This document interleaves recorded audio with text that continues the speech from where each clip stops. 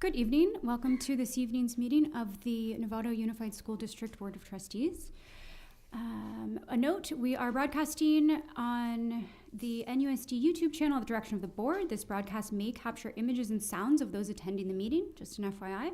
If you would like to make public comment on any item that is a non-agenda or agenda item, please visit the table in the corner for that information. We now have a student that will lead us in the Pledge of Allegiance.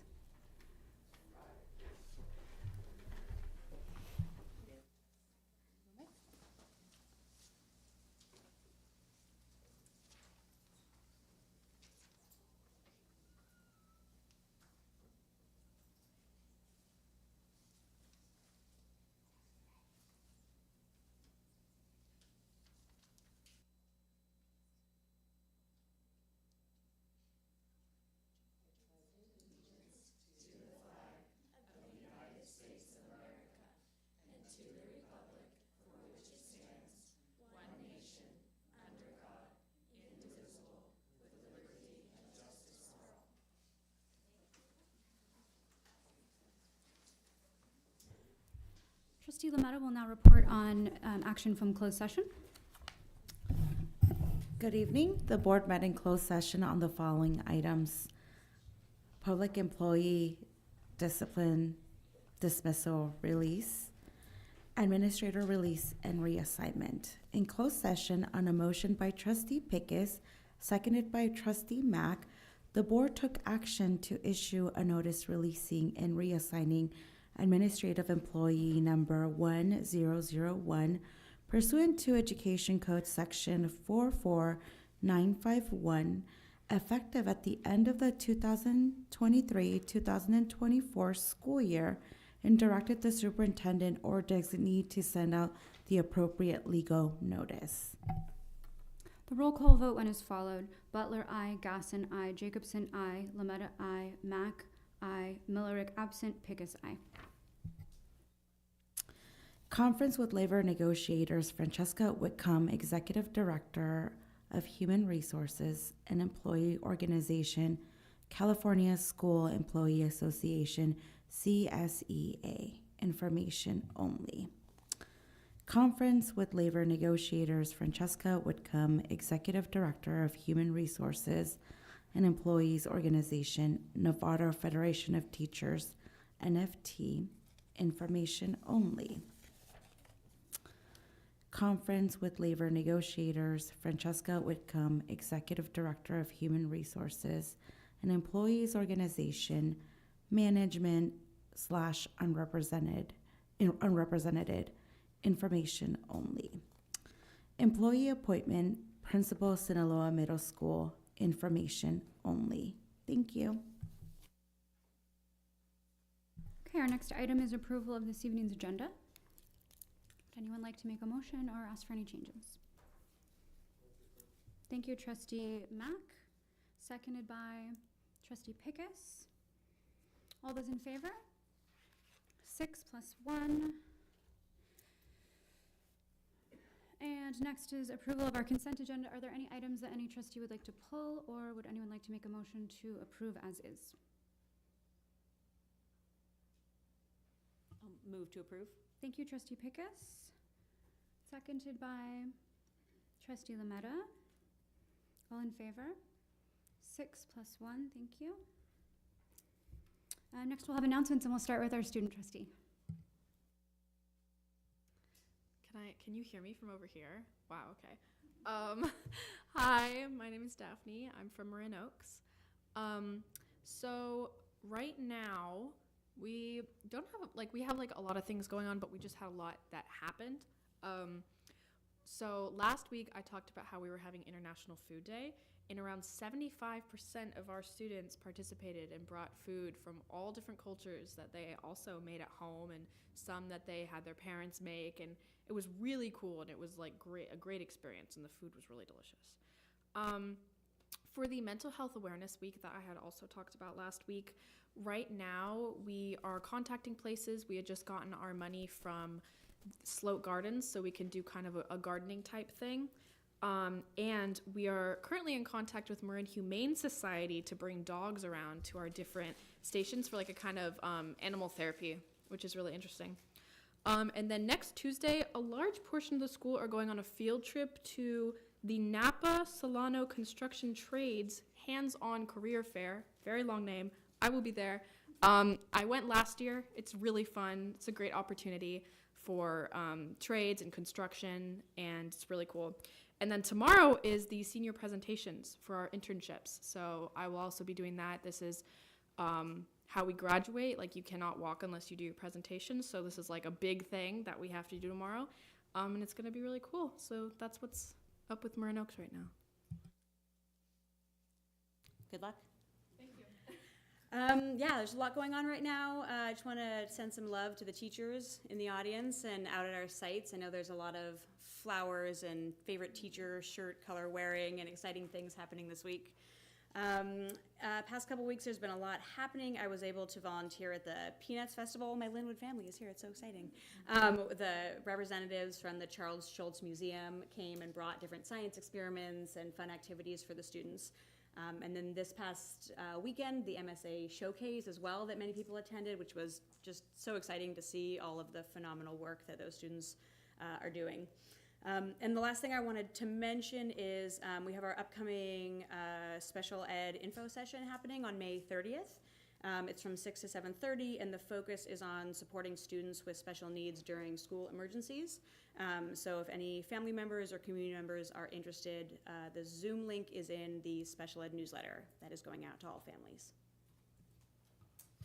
I was able to get to the Novato High open house, which was somewhat well attended. You know, open house at a high school is not necessarily where a lot of people show up. Usually the elementary and middle school is a huge hit.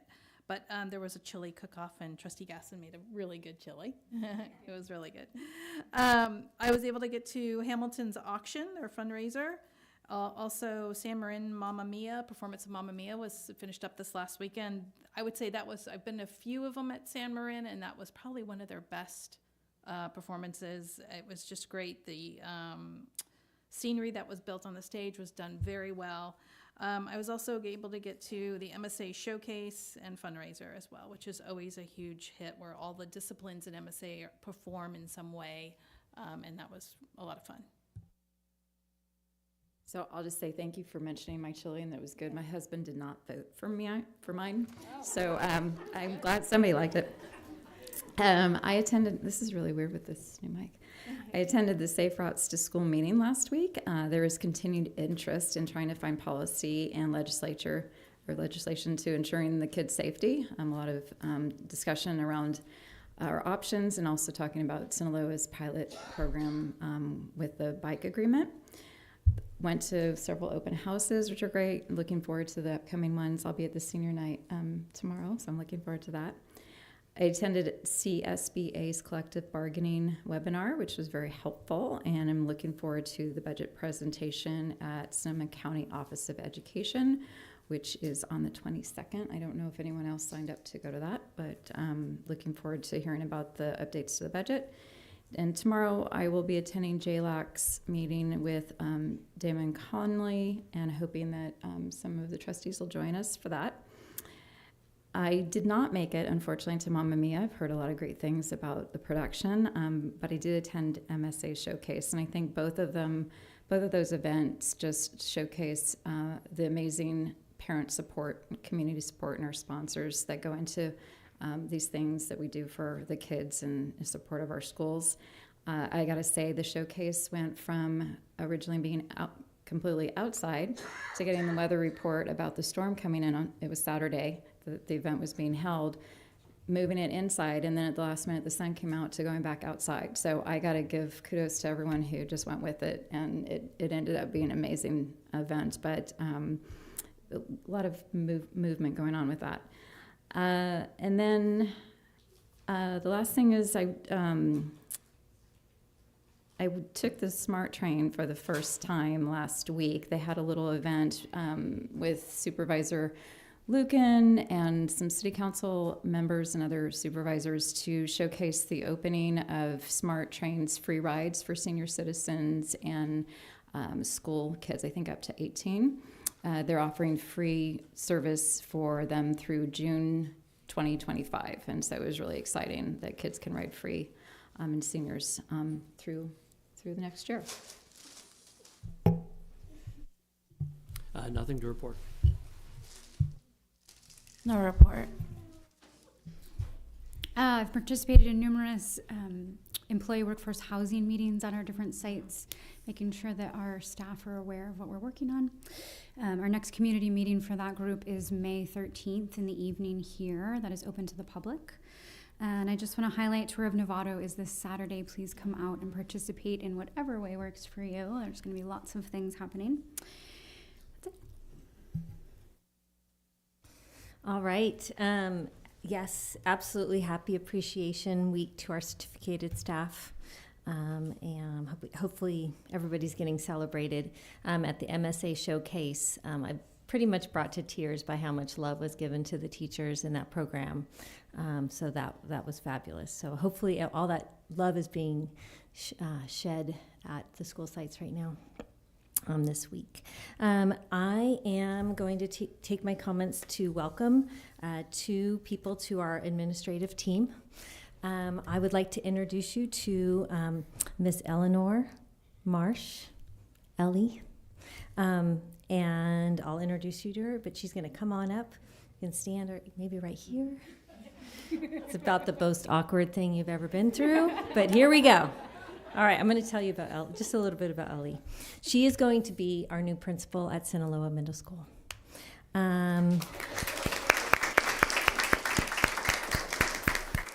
She comes to us with a wealth of experience. She's had several educational leadership roles, including co-principal at San Pedro Elementary School in San Rafael, principal at the International Community School, vice principal at Piedmont Elementary School, and second grade bilingual teacher at Acorn Woodland Elementary School. She is fluent in both English and Spanish, and she has also had teaching experience in Madrid, Spain. So with nearly 20 years of experience, Ms. Marsh is an equity-focused school leader known for building strong relationships with staff, families, and students.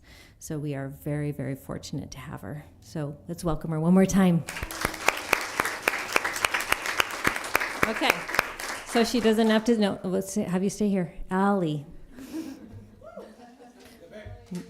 Allie McMorrow.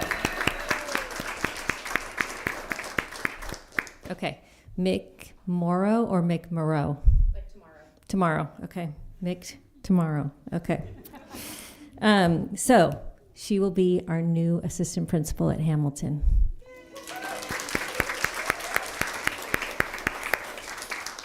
After a few other careers, she joined the teaching profession at Loma Verde 11 years ago, teaching first and third grade. For the past 4 years, she has taught kindergarten and served as a data teacher on special assignment, teacher in charge, and she was primarily focused on social emotional skills. She helps teachers foster inclusive classrooms while guiding students in developing interpersonal relationships and executive functioning skills. So welcome to the other side.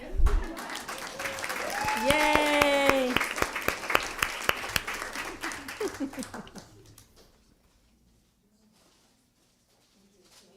It's nice when you get to come up here with a new partner. This is awesome. All right. Okay, welcome again. Just really quickly, currently right now, I believe there's a Novato Hornets versus San Marine Mustangs baseball MCAL game going on right now. And we're also missing an award that's going to our Medical Pathways program from the Sonoma State University is being honored, and that's from the Novato High School. So I'm going to stop there. Okay, we have our presentation today from Linwood Elementary, so please join us if you're part of that.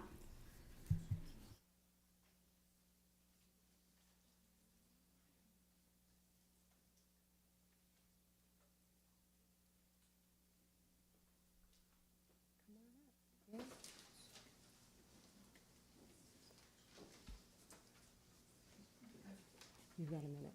You're okay. Good evening, President Jacobson, members of the board, and Superintendent Smith. It's really exciting to get to present some of the, I'm Lauren Menchavez. I'm the principal of Linwood Elementary, and I get to show you a little bit of what a dual language education looks like in practice, not just in theory. So we have a couple of videos for you, and then we have some of our fifth graders here to present some of their work. Fourth and fifth graders here. So I have here with me Maestra Espinosa. She is a phenomenal TK teacher and works in the we have a 90-10 model, so 90% of the time instruction is in Spanish and 10% instructions in English. So we have kids in class who come in speaking no English or no Spanish, and she is magical. So I'm going to show you what it looks like as a student in her class. You're going to see some play-based use of language, so play-based learning. You're also going to see, just pay attention to the vocabulary that comes out when you do a thematic unit. It's pretty impressive stuff.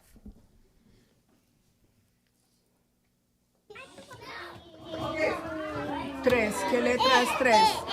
E.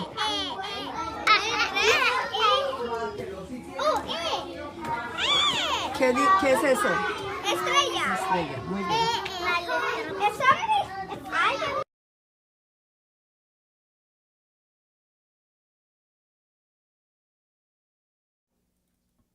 La palabra abeja.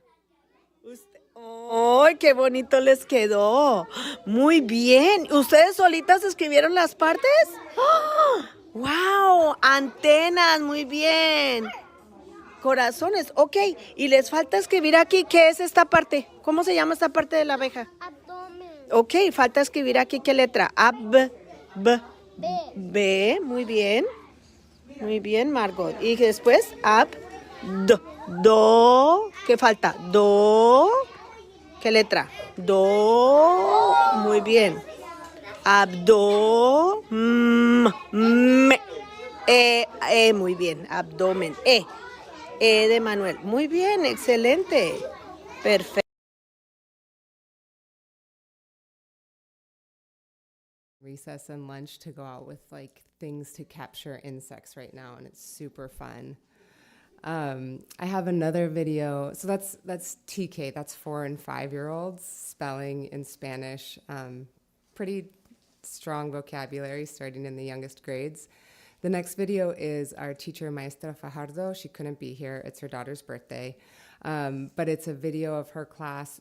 They get 4 vocabulary words and then 1 emotion word, and then they together create a story about it, and you're going to see all these language acquisition strategies that are just phenomenal. So it's chants, it's repetition, it's gestures, and like it is childhood excitement because they made up this story. If you don't speak Spanish, I think you'll still pick up on pretty strong vocabulary from first grade students. Desde Hollywood, luces, cámara, acción. Un día en un invernadero, una botánica meticulosa sembró una semilla de una planta trepadora. La semilla brotó y comenzó a crecer y crecer y crecer hasta tumbar el invernadero.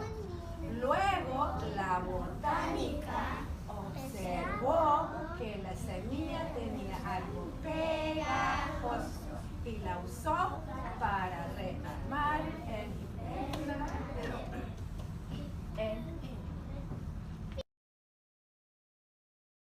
And it's a new one every week. So much fun. So for the last presentation by students today, we have a 4th and 5th grade student. In Linwood, we're a dual language immersion school. We celebrate the steps that students make towards biliteracy. And so for our 4th and 5th grade students, California Department of Education recommends putting together biliteracy Achievement Recognition Awards. And so in order to receive their recognition award, along with their promotion certificate, our students are putting together portfolios that demonstrate their skills in biliteracy and show their progression towards grade level standards in reading, writing, speaking, and listening in both languages. And so we have two students here today, Amy and Natasha, who are going to present their Yo Soy Bilingüe poems.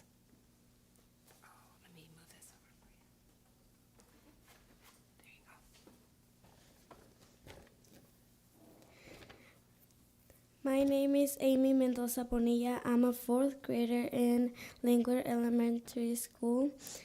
I first came to Lingüe when I was in first grade, and I'm happy to be in a dual language program school.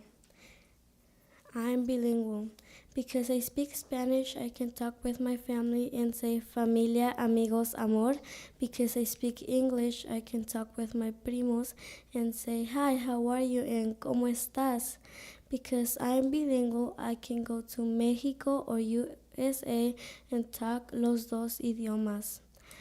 I feel feliz for being bilingual, and I have friends who speak my same languages, Inglés y Español. I enjoy of movies and películas, conversations and conversaciones, and learning y aprender. And someday, because I speak two languages, I will be able to help people be bilingual, to understand both languages, to be as twice as inteligente.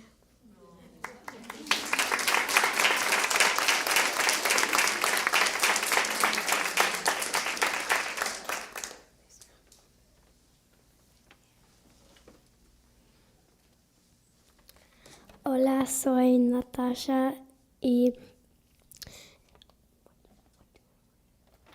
estuve en quinto grado y estoy orgulloso de ser bilingüe. Soy bilingüe. Porque hablo inglés puedo hablar con muchas personas y decir, how was your day? Porque hablo español puedo tener conversaciones con personas de una cultura diferente y decir, ¿cómo estás? Porque soy bilingüe puedo tener más diversión.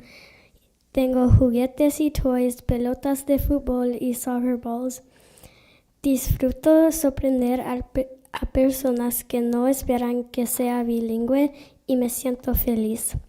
Y algún día, porque sé hablar dos idiomas, podré tener más oportunidades, ayudar al doble de otros niños que quieren aprender español y hacer lo que haga el doble de happy y feliz.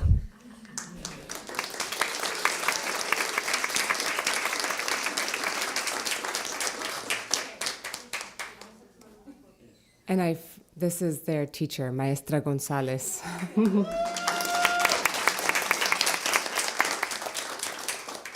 Take a picture?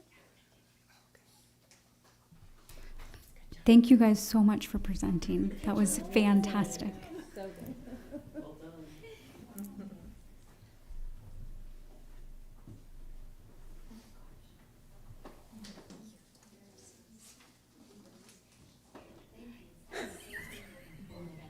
I believe that. Just because it's like structure. Yeah.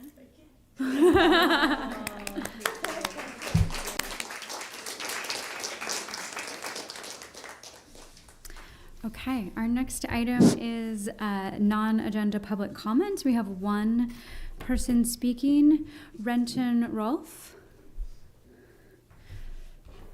Thank you. Thank you for all your hard work in supporting the school district. I know you guys put in a lot of work. I've been on some boards myself. My name's Renton Rolfe. I'm a retired lawyer and a retired Navy captain. And I grew up in San Francisco, and like you started your meeting, every morning in the school we had the Pledge of Allegiance. And my question to you was going to be, until Lisa and Ellen, President Jacobson's secretary, informed me of the education code requirement. But my question is still, what does the district do? Does the district have a requirement specifically for each teacher to lead the class, especially in the elementary schools, in the Pledge of Allegiance.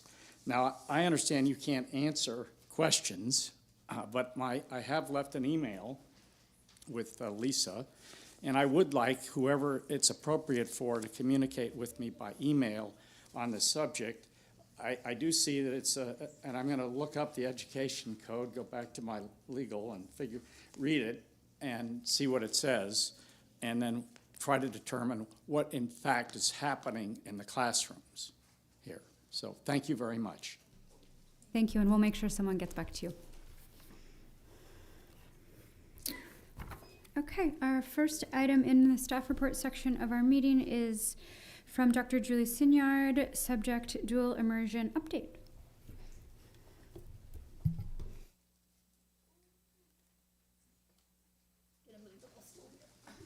President Jacobson, can I just respond really quickly to the Linwood presentation? Oh, yes, Before we hear please. more about the dual immersion, we know my child is at this school, and I'm like literally tearing over here seeing these 4th and 5th graders, and I just think it's so exciting to see how just our students are learning so much. And so I just thought that was a really beautiful way to demonstrate what's happening in the classrooms. And Mrs. Espinosa, magical is the word that people use when they talk about her classroom. And I popped in there once, and I was just in awe of all of these little humans sitting there, like hanging on your every word in the classroom. It was a magical space, and it was just so beautiful. And Miss Gonzalez, I'm not sure if oh, there you are. Hi.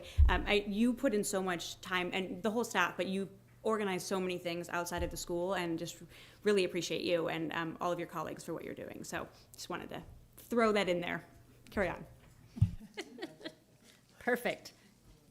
Excellent. Well, good evening, members of the board, student representative, and Dr. Smith.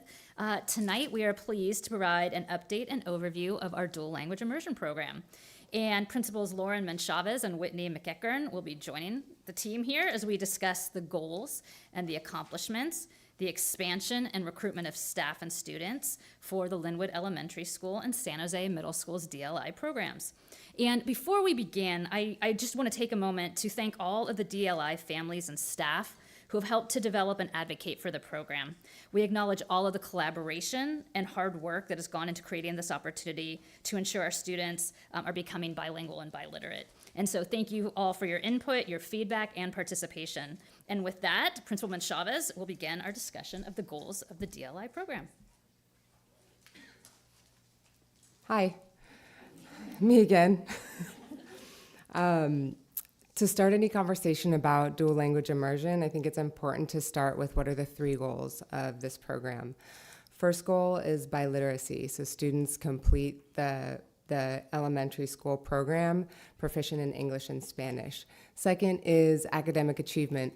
Fortunately, bilingual brains have all these beautiful neural pathways that actually increase academic achievement.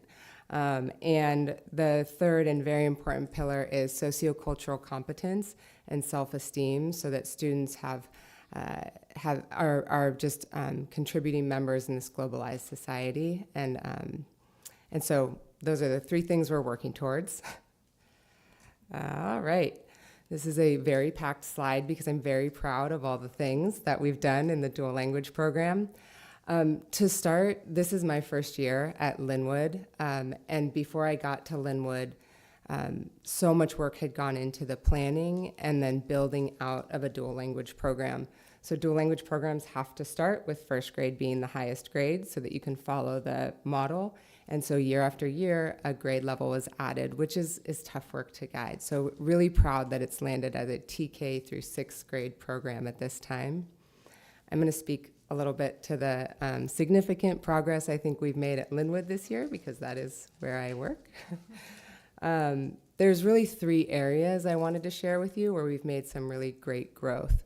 One is assessments. So arriving at the beginning of the school year, I was able to take the Novato Unified Assessment Calendar and revise it so that it met the needs of a dual language program and assessed in the proper language in the proper grades. For example, there's more Spanish literacy assessment in the earlier grades, and you need to move towards assessing in both languages.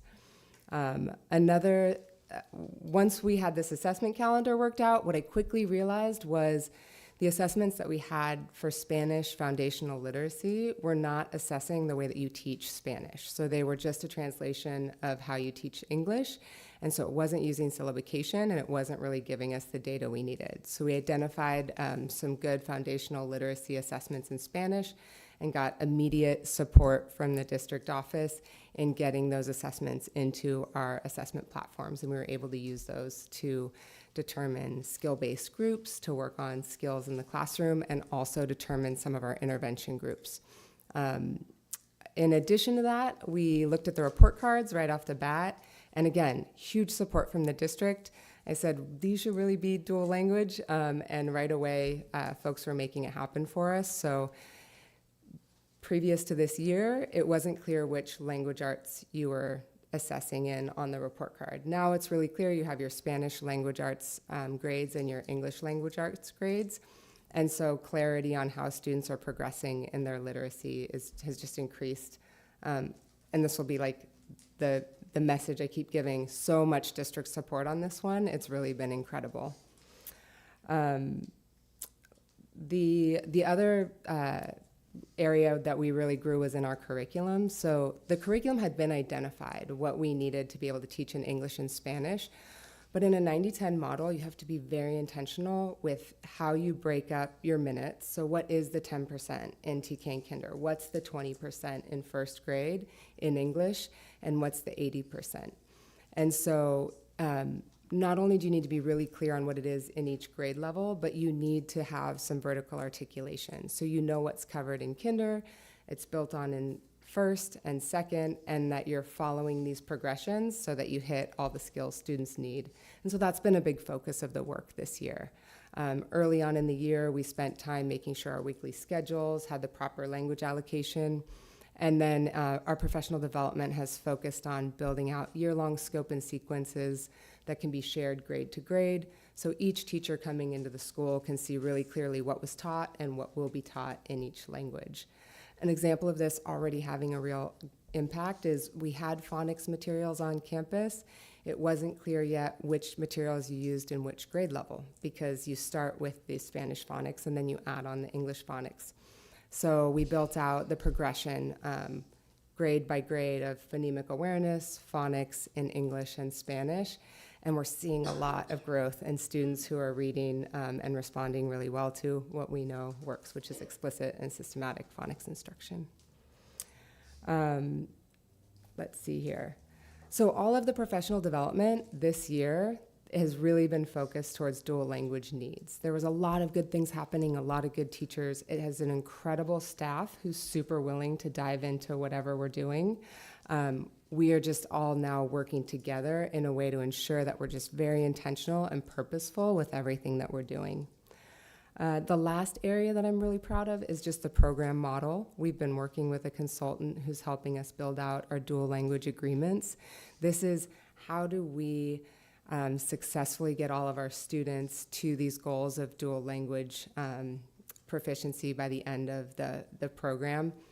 Agreements are things like, what language do we speak in public spaces? When do we switch from one language to another?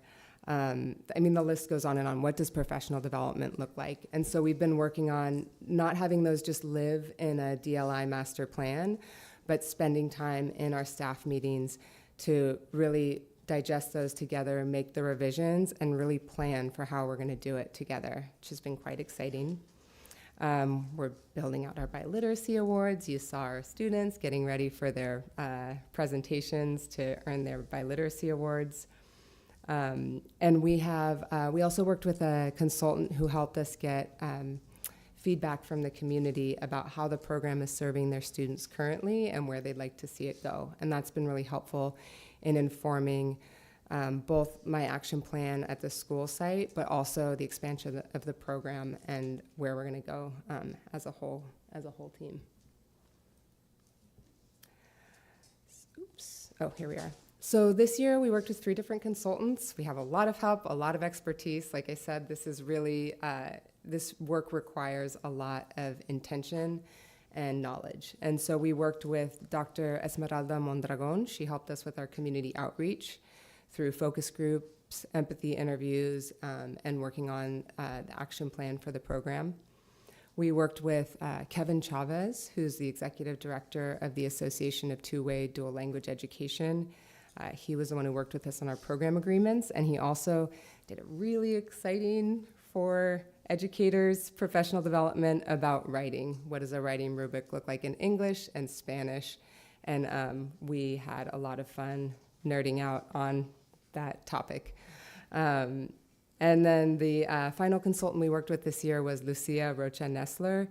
She is very specifically focused on dual language curriculum. She helped us a lot with our language allocation and is working with teachers now on putting together the scope and sequence and making for each grade level and making sure that it builds from year to year so we have that coherent program.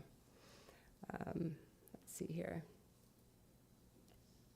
For next year, I'm very excited. We've been able to I believe we're going to be able to work with SEAL, which is the Sobrato Early Academic Language Program.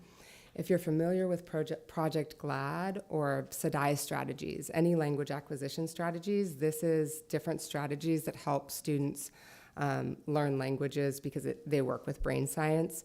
The difference between SEAL and some of the other programs like GLAD, for example, is there's much more of a focus on what it looks like in a dual language setting specifically.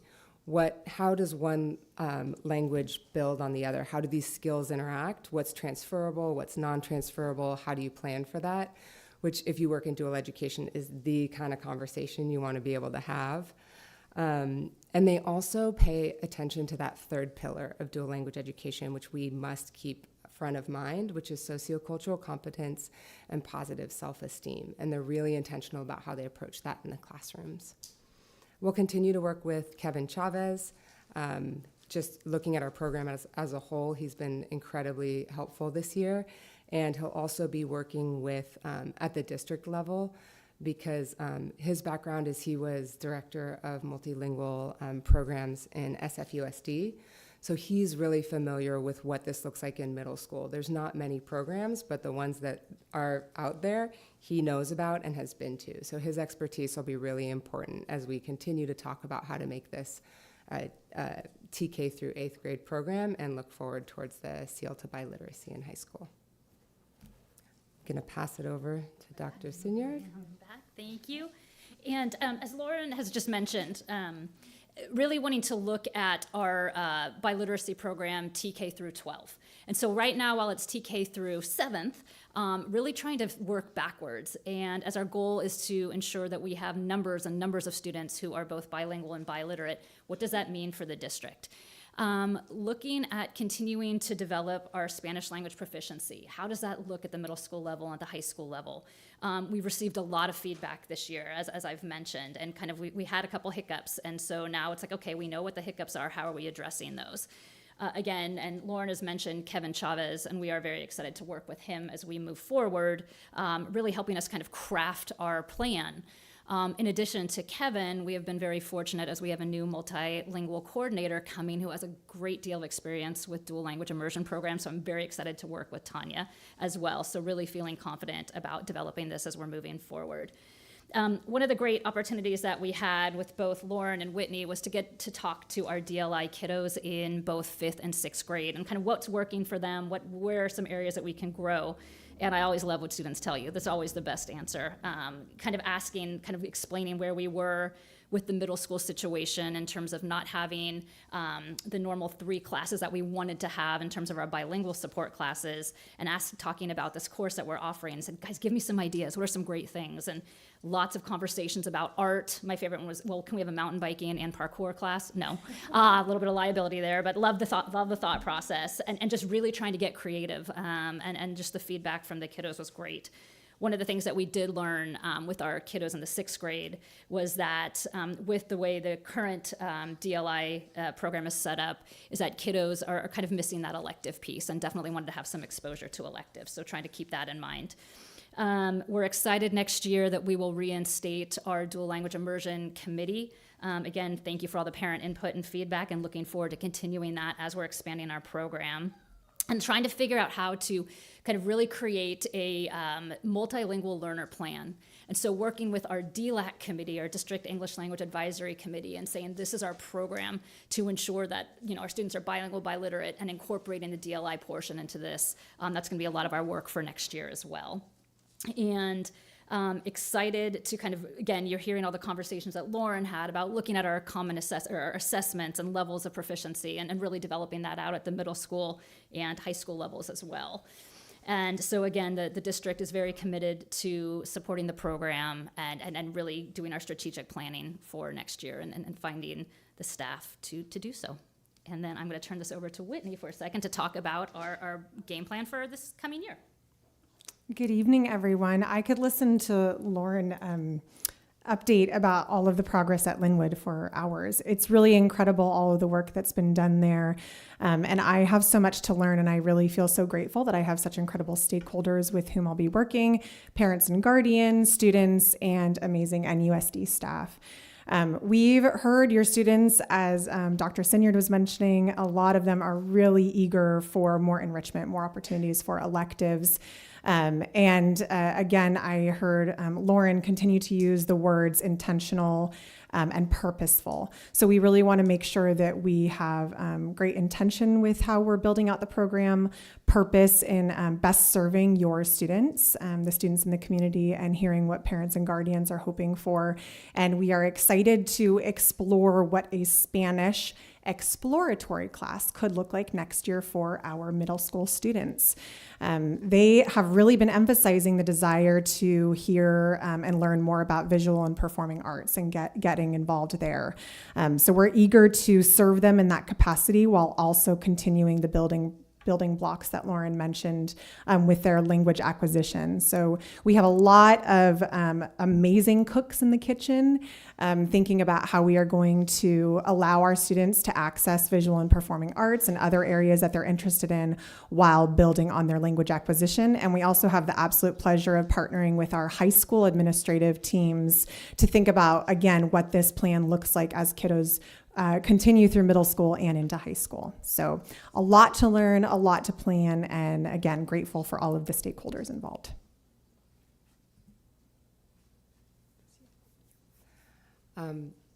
So it's super important that the dual language program is well staffed, and that is a challenge in any dual language program because you need to find folks who are strong teachers and who are truly biliterate, and we don't have a lot of dual language programs out there, so you got to make sure that you put some work into finding the teachers you need.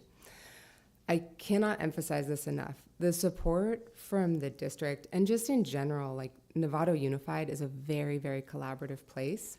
And so all of this has been a team effort with meetings that we're starting in the fall about how are we going to really approach recruiting to make sure we have the staff that we need. So Dr. Smith and I went to CABE in February, and we manned a booth there to talk to anyone who would listen about the program.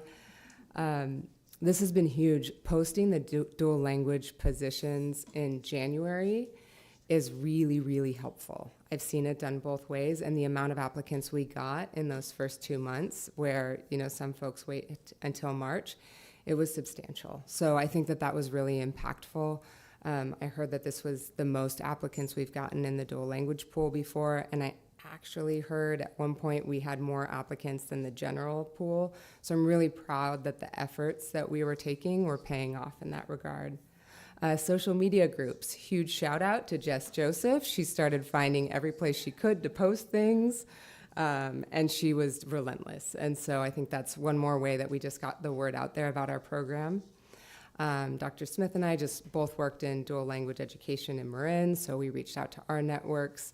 HR and other members of the district office attended job fairs. We talked to whoever we could. And so it has been really successful in having a large pool, and I've been able to interview quite a few teachers. And we've been able to offer some qualified people positions, so that's very exciting. One last piece that's really wonderful and new and important is the San Jose State University Residency Program. Sonoma. I said San Jose? Yes. It's just because we're right here. It's because, how could I not? Sonoma State University Residency Program. This is an amazing opportunity for aspiring educators because there's a lot of grant money involved to help them get through the program.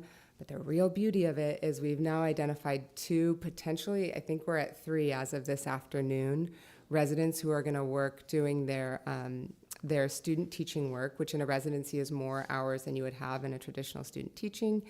They're going to be earning their bilingual authorization, and they're going to be working with our teachers at Linwood for the upcoming year, so that we'll have this pipeline. We'll be growing our own teachers and learning who can help us continue to grow out this program. So it's very, very exciting. All right.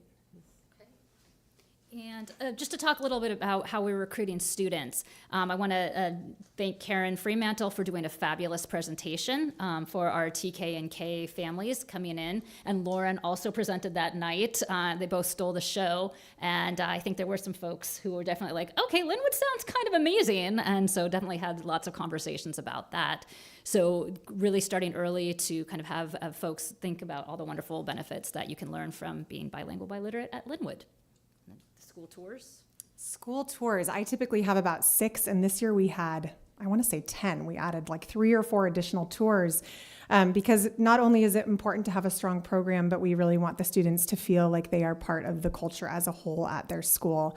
So school tours are really important in welcoming students and potential families as a whole to the campus to check out what they have to look forward to when they become part of the Linwood community or the San Jose community. So that's an area where we've been focusing on really welcoming our incoming families.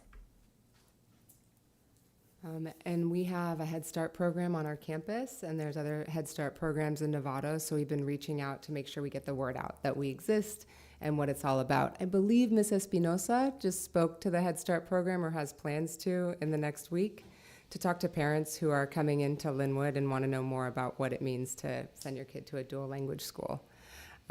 We are always looking for ways to just let people know we exist and let people know why it's a great program for their children. Tour of Novato, we've got some pamphlets ready to go. It'll be my first tour of Novato. I'm very interested in what it is, but I'll be handing out pamphlets. So thank you all for your time. That's it for what we're presenting out. Are there any questions? We have one public comment, but let's take questions first in case any of those questions get answered. Okay, 1, 2, 3. I just want to say y'all have been working really hard.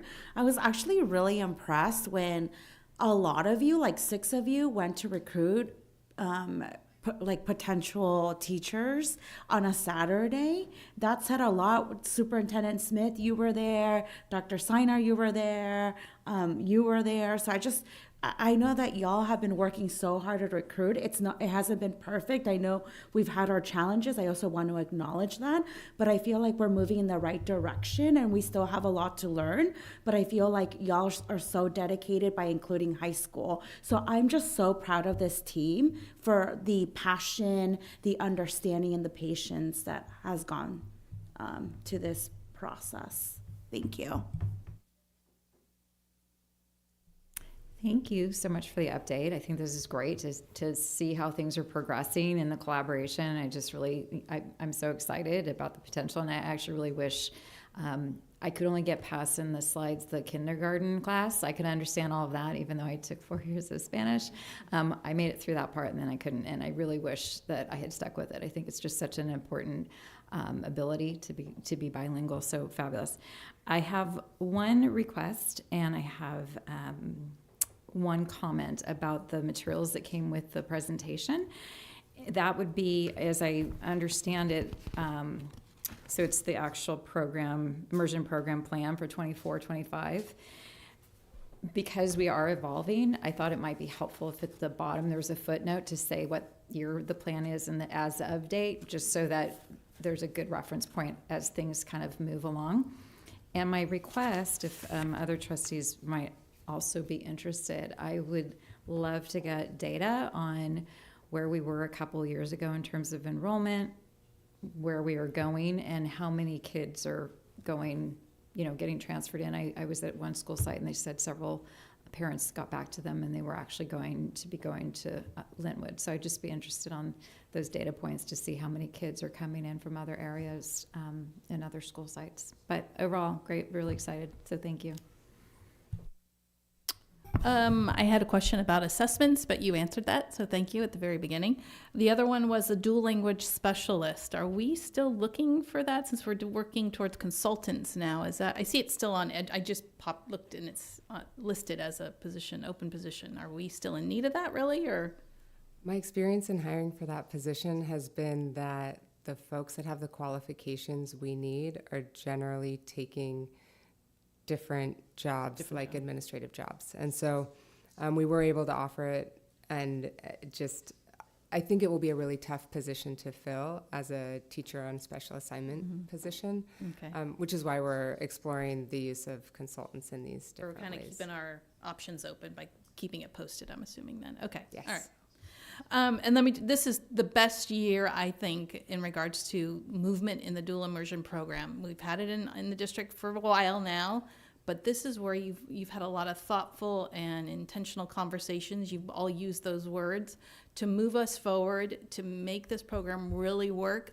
I've seen this as being the best year in really making it a positive. This is a benefit being in this district to have a dual immersion. I can clearly state that. Other years, it's been kind of rough because we just didn't know. We had a lot of things going on, a lot of things in the air, and what approach do we take? I think we really honed in on what approach we want to take, what we want to do.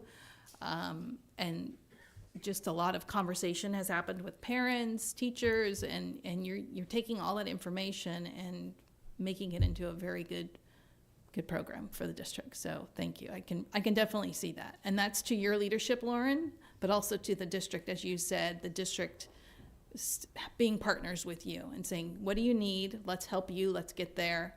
And now with Whitney is a great partner as well. So, all right. Thank you. Yes, our student trustee, and then we have 2 comments actually. Hello. So from 4th to 5th grade, I attended Linwood Elementary. I was wondering, so this is like a completely new thing, right? Like how long has this been going on? Because like I haven't heard of Linwood for so long. In fact, someone had told me a while ago that it got shut down, and now it's just reappearing, and I'm very confused. But this is like a completely new kind of way of school, right? Like completely, like this wasn't a thing at all when I was in elementary. Like was this at all there back when I was in elementary? Or is this like totally new? So I believe it started in 2018 because you need to start with your TK, your kinder, and your first, and then each year you add on a grade, and that way kids get the whole experience. They get that early phonics, the early literacy pieces, and then they develop as they go. So yeah, it might be, it is relatively new, but it's been many years in the making. Right now, this was the first year with that growth every year that the program got to 6th grade. And so now the whole elementary school is dual language in every classroom, which is the only school, to my knowledge, in Marin that has a program like that. And then one more question I had. I'm trying to remember the name of the program. When I was at Linwood, there was a program that they had. You'd take a test for it. GATE. Is that still a thing in Novato, the GATE program? Yes, it is. Okay. So yes, we still do GATE programs. Like, do you do it still at Linwood Elementary? Yes. It's at Olive, right? Excuse me. You're right. It's at Olive currently right now, Olive, okay. And then it will be clusters at moving forward at the school sites. Is it still like a situation? I just wanted to make a comment. When I was at Linwood, and we had the GATE students, it was very almost segregated. You had the GATE students and you had the regular students, and the GATE students, they would be able, let's say it was raining and we would have to eat in the cafeteria. They got to go eat in the classrooms. We had to huddle up here. They got to do musical theater. We had to sit and watch. We got nowhere near as many of the privileges as Gate did, just because So they I do had think it's changed significantly. different thinking. since then. Okay, Yeah. that's what I'm asking. Sorry. Yes. I just, because like I wanted So, to just know can if I that's answer for still, you? yeah. Great. So at some point, I'm not sure what year, the group that was contained moved from Linwood to Olive, and it has sort of naturally progressed into a model that has more clusters at each school. So those kids are kind of placed together in a classroom, but it's a regular classroom. They just have some supplemental items, so it's not segregated in any way. Okay, Thank you. Okay, we have, sorry, is that okay? Monica Miller, please join us for public comment. You'll have 3 minutes, and then after Monica, we will have Aaron Ashley. Sorry, public speakers are in the middle. I don't know why. Enjoy. Okay, facing you all. Okay. So I'm Monica Miller, a parent of a 6th grade dual language immersion student. He started in 1st grade when the program started. So a lot of experience with dual language immersion over the years. And as Trustee Butler mentioned, a lot of ups and downs. It's been a hard road. My son is now in 6th grade at San Jose Middle School in the dual language program. He is biliterate, he is bilingual. I'm incredibly proud of him, and he couldn't have done it without the amazing staff over the years at Linwood. Just incredible, and the district support. And this year, I feel like I've never seen so much district support. Superintendent Smith, Assistant Superintendent Julie, I know all the trustees, all, the staff. I'm just so grateful how much people want this program. But I also want to shine a light on ways that we can improve, because at middle school, it's a bit heartbreaking. It's not a bit, it is heartbreaking that the plan had been for middle school students to have 3 periods of Spanish language instruction, and next year it's questionable whether they'll even have 1 period. This is, I hope, temporary. I feel bad for my son. His response was, I've worked so hard at Spanish and now I feel like I'm going to lose some of it. And he said, I will. If I have 1 period, I will lose a lot of the Spanish I've worked so hard to gain. So my request in what can be improved is what I saw this year at San Jose Middle School was a lack of real district leadership in supporting the administrators and the staff at San Jose. The teacher there has gone back to Linwood, and so more clear district leadership going to San Jose administration and staff on how really to implement all these goals we talked about tonight. And I love the staff at San Jose. They have done an amazing job, the administrator. My son is very happy going to school there. And the other thing that I request is this restart of the dual immersion committee, that it has a very clear goal to review the master plan. Because in my opinion, the master plan was ignored this year, probably due to lack of teachers being able to find teachers. But that plan was really hard to get going. We finally got it going after many years. And so I'd love that committee to be focused on it. Thank you so much. Thank you.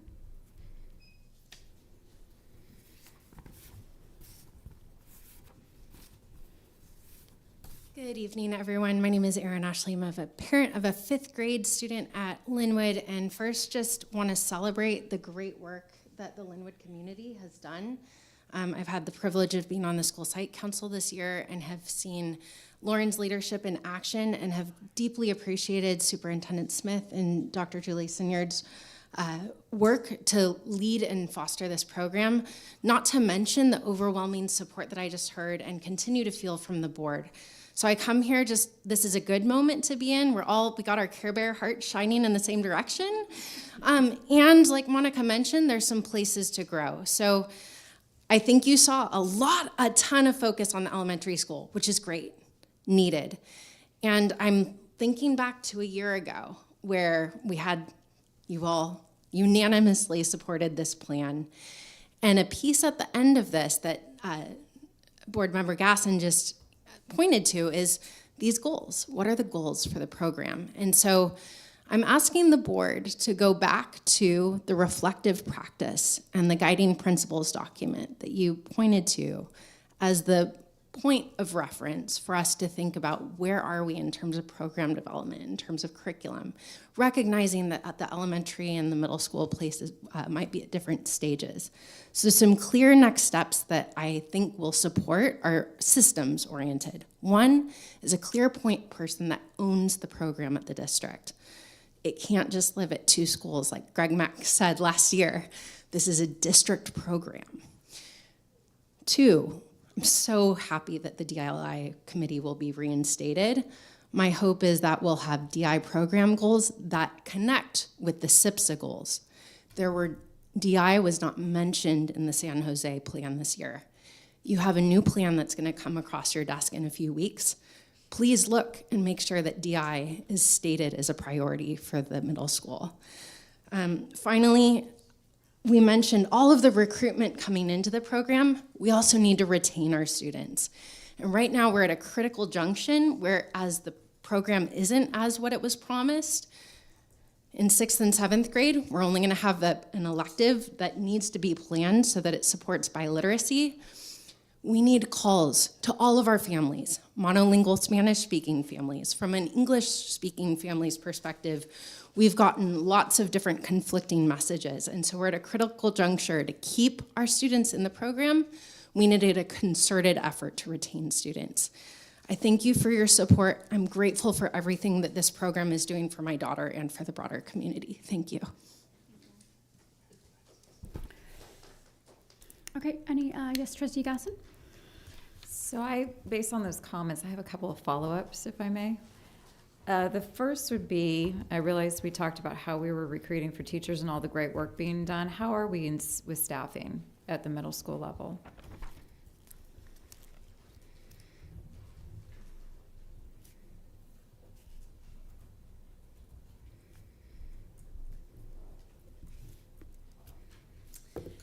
We are currently looking at internal staffing to create this Spanish exploratory class. So we have staff identified and working to get that squared away.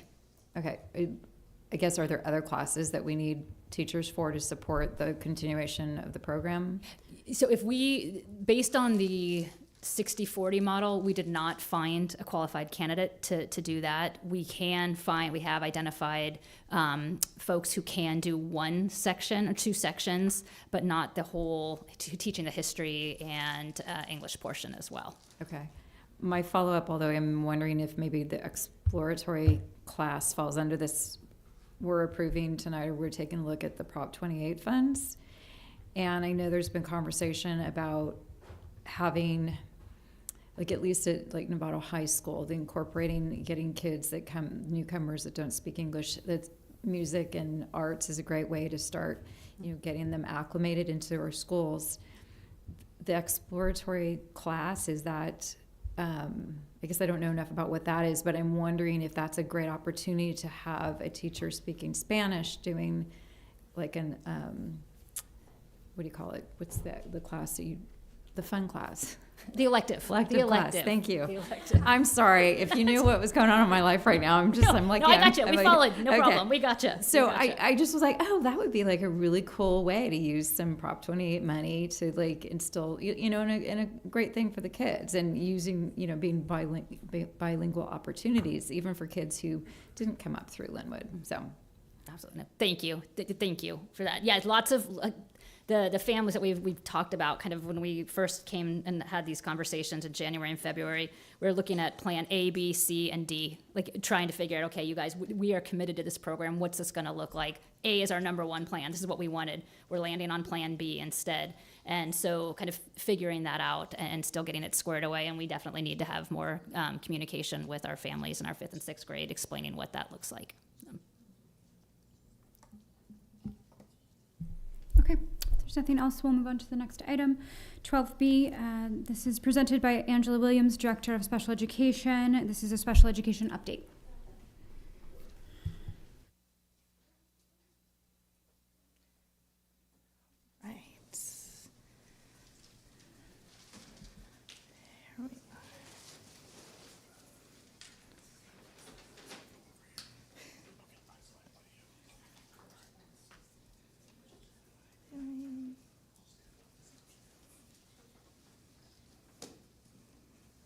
All right.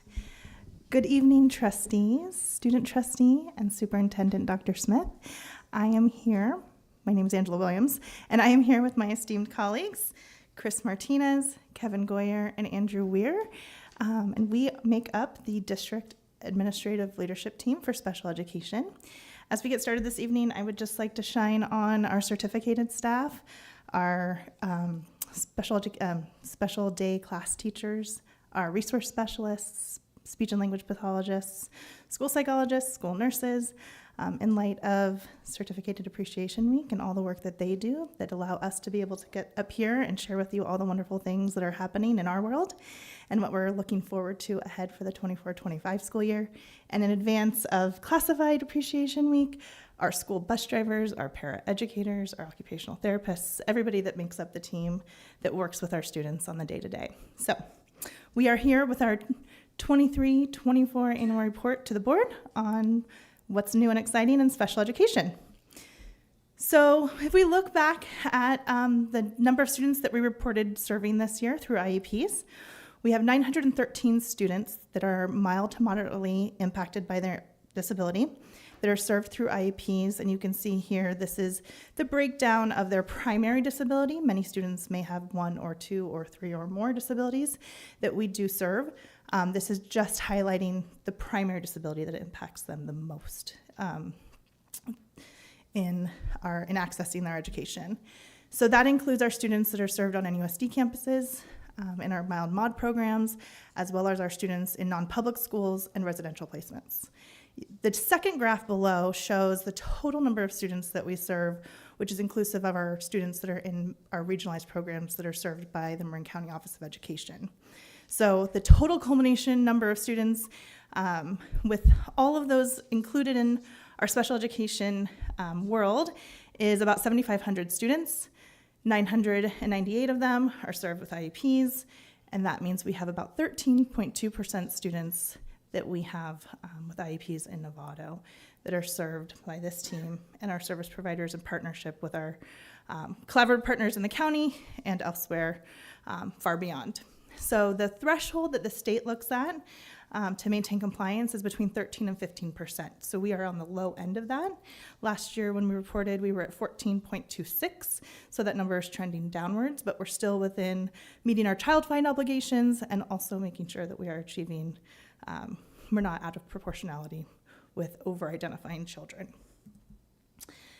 Just to highlight a couple of the projects that we've been working on as a team, we are working through the California Department of Education's compliance and implementation monitoring process, which many of our districts are doing in the state of California, if not all of them.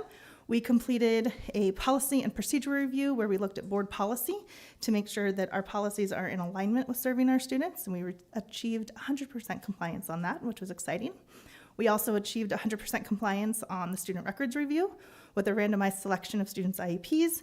We looked at several different metrics that the CDE provided, and we were found to be compliant with that, which was very exciting. And then also we are working through the IEP implementation monitoring review, which is a randomized sampling of students. We look at if their IEPs have been served within 90% of in totality. So we did make the mark. We were at 90.7% of students receiving 90% or more of their services on a regular basis. I have one more slide. So in addition to those metrics, we also are provided targeted review data that helps us look at a variety of different areas and measures that we use towards monitoring our continuous improvement. So you can see the areas that are highlighted in that lighter yellowish greenish color are the areas where we did meet the targets. The red areas are the areas where we did not meet the targets and that we're looking at what are the root causes of why that's happening. Some of those reasons are staffing shortages. We had a couple of years where we were not fully staffed, and so we were filling in those gaps the best that we could, but we now, thankfully, are nearly fully staffed, which is an exciting highlight that Chris will be sharing with you in a little bit. Making sure that we have a curriculum that really is supporting the students in our special day classes. So we adopted that curriculum with your support last year. We've been implementing that with professional development this year. And one area that we're looking at is providing our resource specialists with a standardized toolkit of access of materials to the general ed curriculum that they can use across the district, putting their own variation in it, but making sure that they have something that's aligned among their team. The other area is looking at making sure that we have really robust goals that are aligned with the essential standards so that we're continuing to make more than a year's growth where we can. And then also making sure that we have our data is clean. So the numbers that we're sharing are continually getting reviewed and scrubbed and looked at to make sure that our data entry processes are clearly and accurately reflecting what's actually happening with our students. So I'm going to turn it over to Chris and Kevin, and they're going to share some highlights from this last year. Okay. So we started off the 23-24 school year being nearly fully staffed, with the exception of a school psychologist, 0.4 position. Fortunately, we had 2 other school psychologists who took some extra work on and filled that need. Then we have our design designee trainings, and this is meant to build capacity of our site administrators. And I'd like to point out the last bullet on it, where we were able to provide ongoing consultation and coaching with each school site every month. It was a big undertaking, but it was very well worth it. We always want our providers to continue to grow. And we provided trainings for our school psychologists, our special day class teachers, and our special day classes through trainings and professional development, and those were for our teachers. And we focus on our monthly special education department meetings for our critical topics. We were able to start this back up. We weren't able to do it after COVID, but we're excited that we're doing it now. And our focus is on critical topics so that we remain compliant and current. Kevin.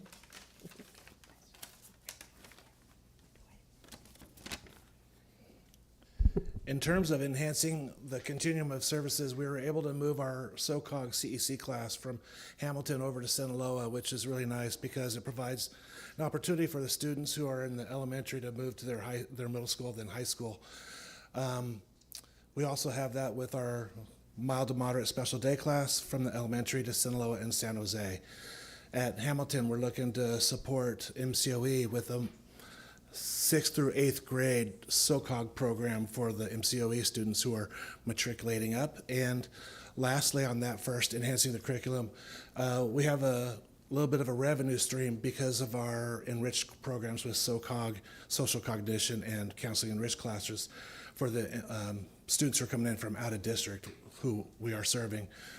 Placement in the least restrictive environment has changed a little bit from last year to this year. 7 of the 54 students who are attending non-public schools have now returned to the district in a less restrictive setting.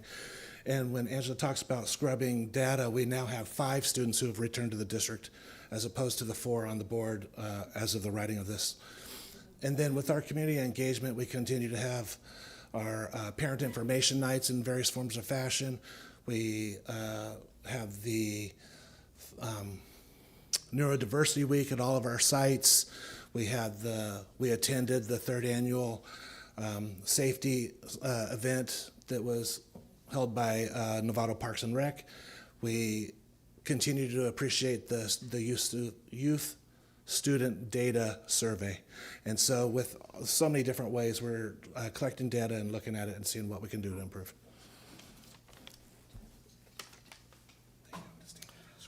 Hi, I'm here to talk a little bit about CAPTAIN, which stands for the California Autism Professional Training and Information Network, which when you hear that big mouthful, you say that's what we call a CAPTAIN.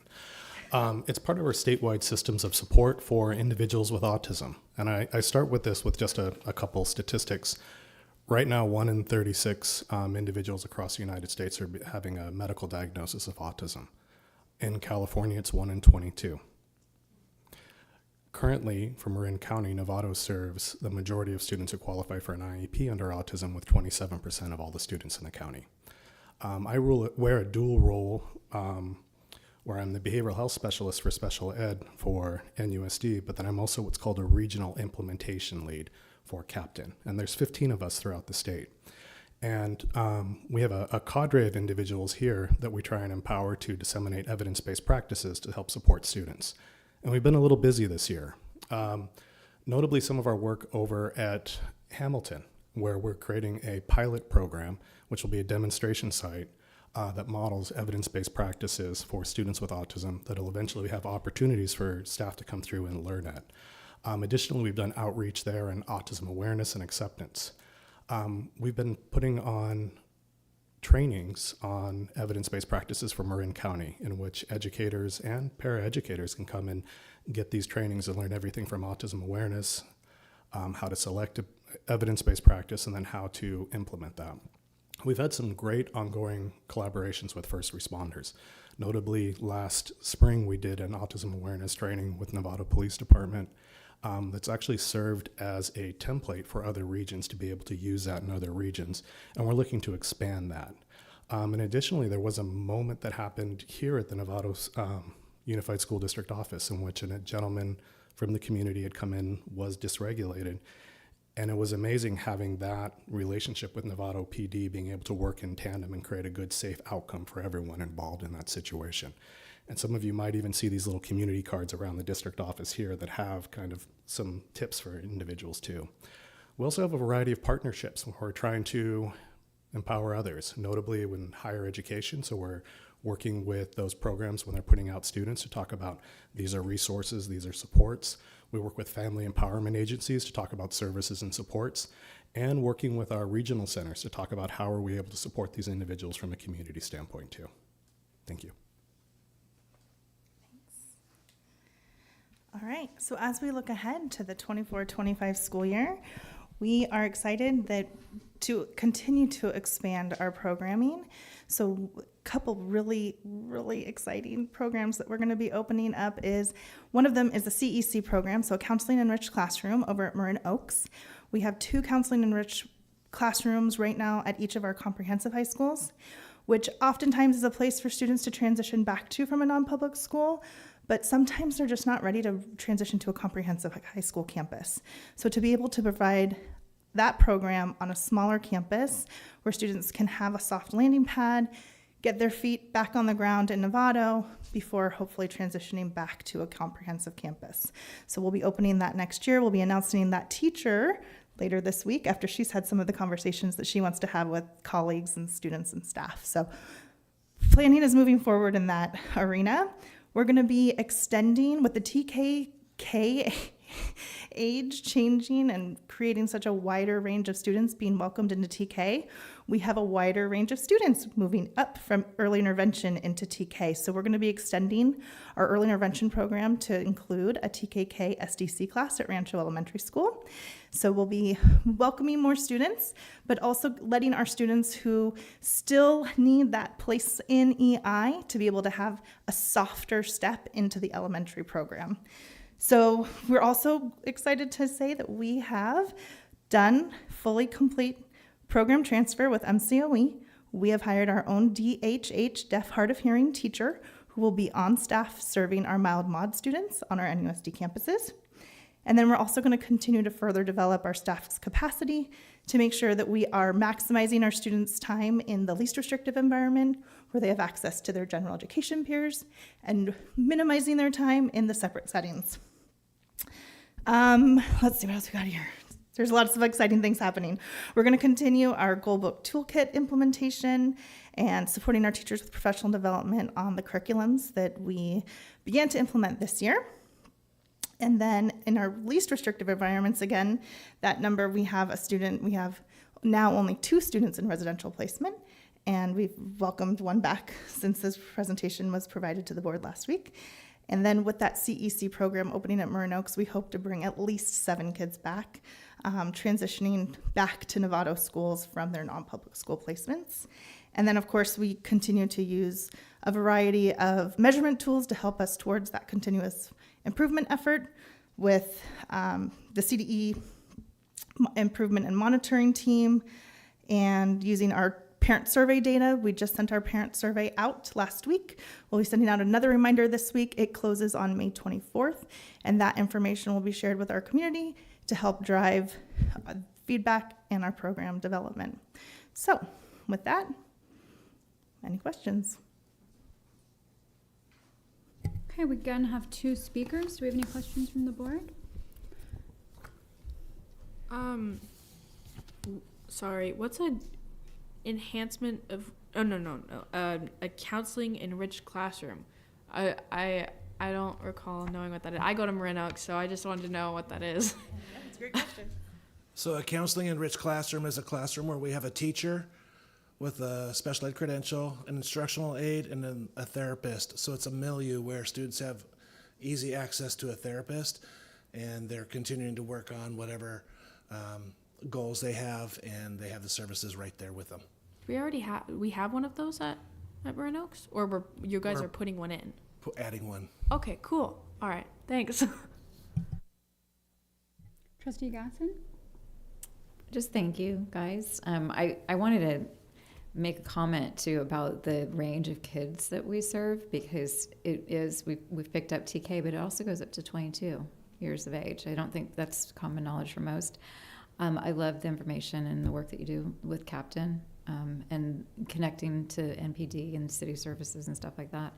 And one thought that I had, was I'm looking forward to the results of the survey, and I know that you're scheduled to, I originally thought the report was going to be on the school services review that we had scheduled or approved earlier. So I'm hoping that we can, when we look at that, we can maybe, if it's possible, to do the survey results as well. Sure. So that the data has all been uploaded and provided to School Services of California. We have a meeting on May 30th to touch base on where they're at in their progress, and we're hoping to have a report early June that we can bring back and share with the board. Okay. I think that would be great. It'd be nice to have it before the next school year, if at all possible, but I appreciate all the work that you guys are doing. Thank you. And with that, we'll bring the survey data, and we'll marry the two and share kind of what our plans are to use that information to go forward. Thank you. Yeah, I wanted to also say thank you for putting that survey out a little bit earlier this year. I think that's really helpful. Thanks. Trustee Pickett? Thank you to Leslie Benjamin with that support. I appreciate kind of what's happening this year and looking forward. It's helpful to kind of have that big picture view of where we've been and where we're going.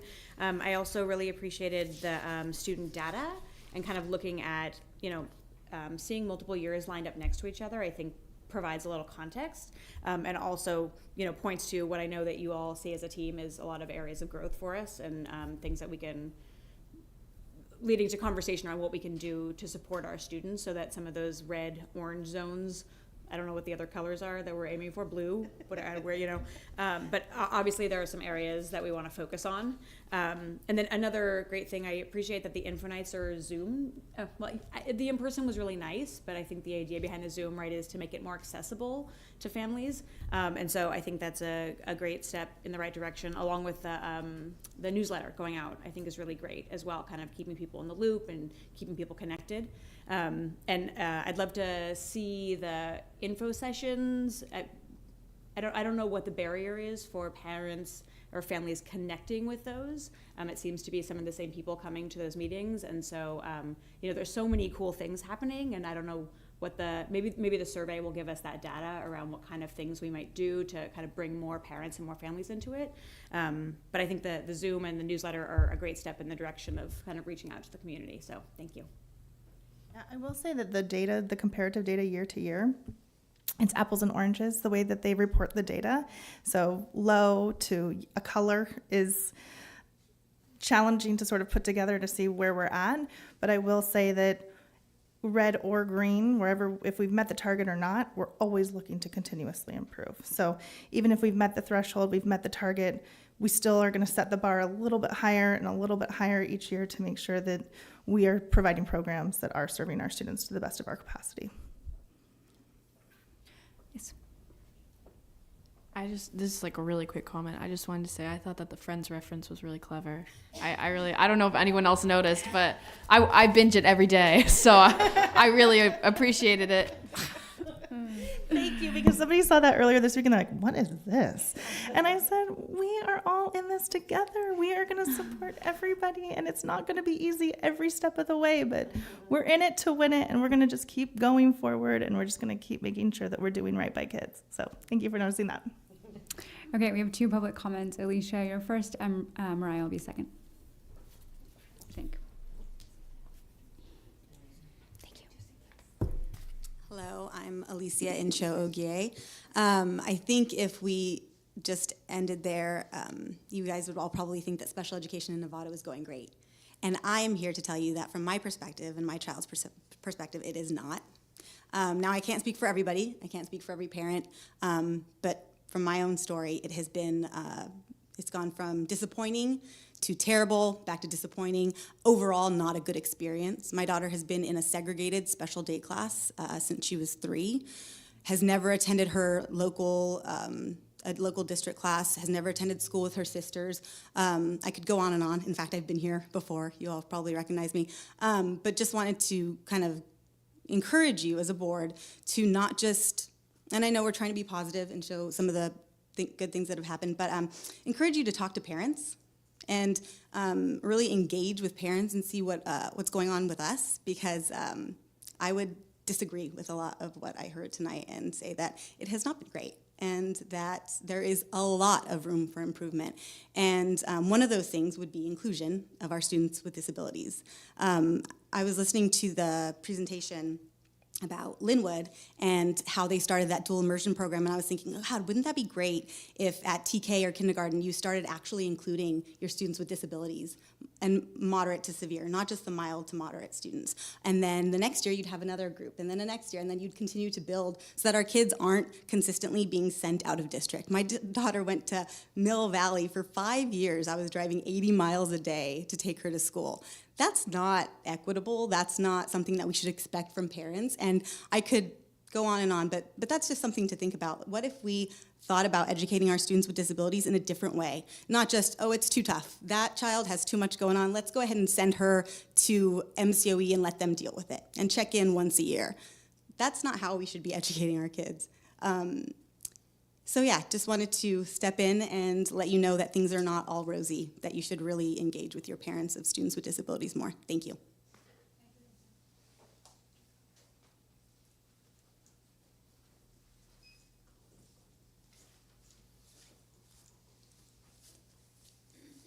Hi, good evening. I'm Mariah Fisher. You all knew me. I'm the president of NFT, or co-president, but I'm here now as a special ed parent. I have been here with this hat on before. I've actually been advocating for 8 years for our middle school RSP resource students to have an elective in their day. We're still not there. It's been 8 years I've been up here begging for those students to have access and be included in the amazing things we do. I would love to see that on there somewhere, so they can have access to drama and music and any art, Spanish, Avid, all of the courses.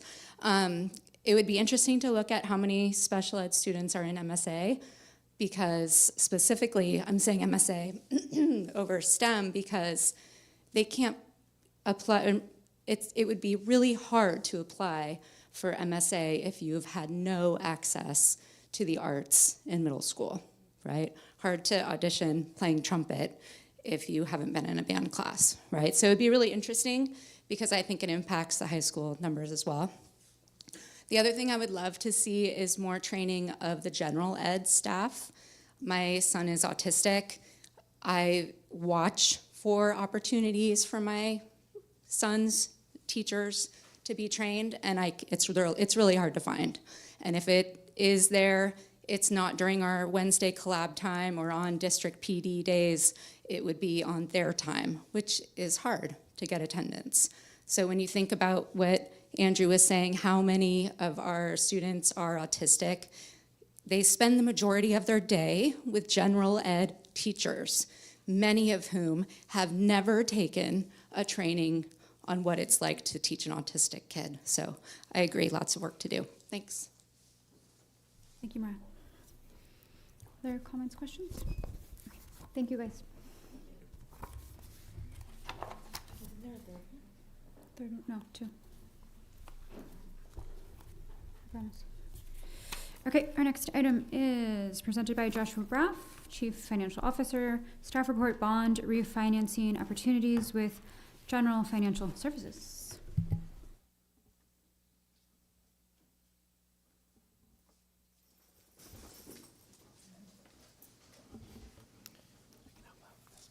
Yeah, if you want, well, hold on, I think it's this one. There it is. Okay.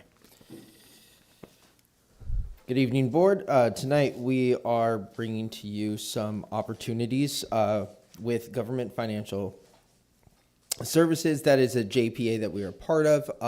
They specifically, I mean, the what they do is in their name, with financial support for our district, specifically around our debt pieces, which includes our bond.